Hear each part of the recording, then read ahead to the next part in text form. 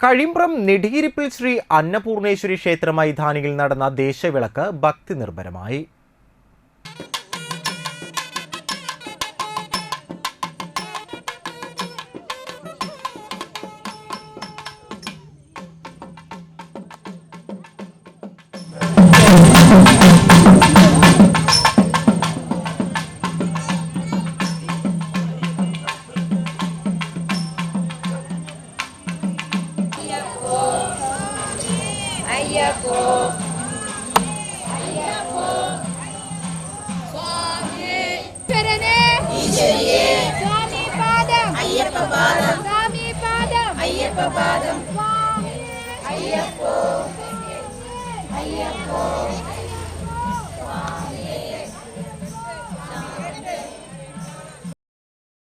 കഴിമ്പ്രം നെടിയിരിപ്പിൽ ശ്രീ അന്നപൂർണേശ്വരി ക്ഷേത്ര മൈതാനിയിൽ നടന്ന ദേശവിളക്ക് ഭക്തി നിർഭരമായി.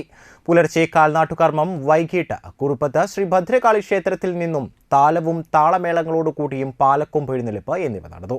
തുടർന്ന് നെടിയിരിപ്പിൽ ക്ഷേത്രമായി ഒരുക്കിയ അമ്പലത്തിൽ ദീപാരാധന, ചിന്തുപാട്ട്, ഭജന, മേളം, പ്രസാദഊട്ട് എന്നിവ നടന്നു.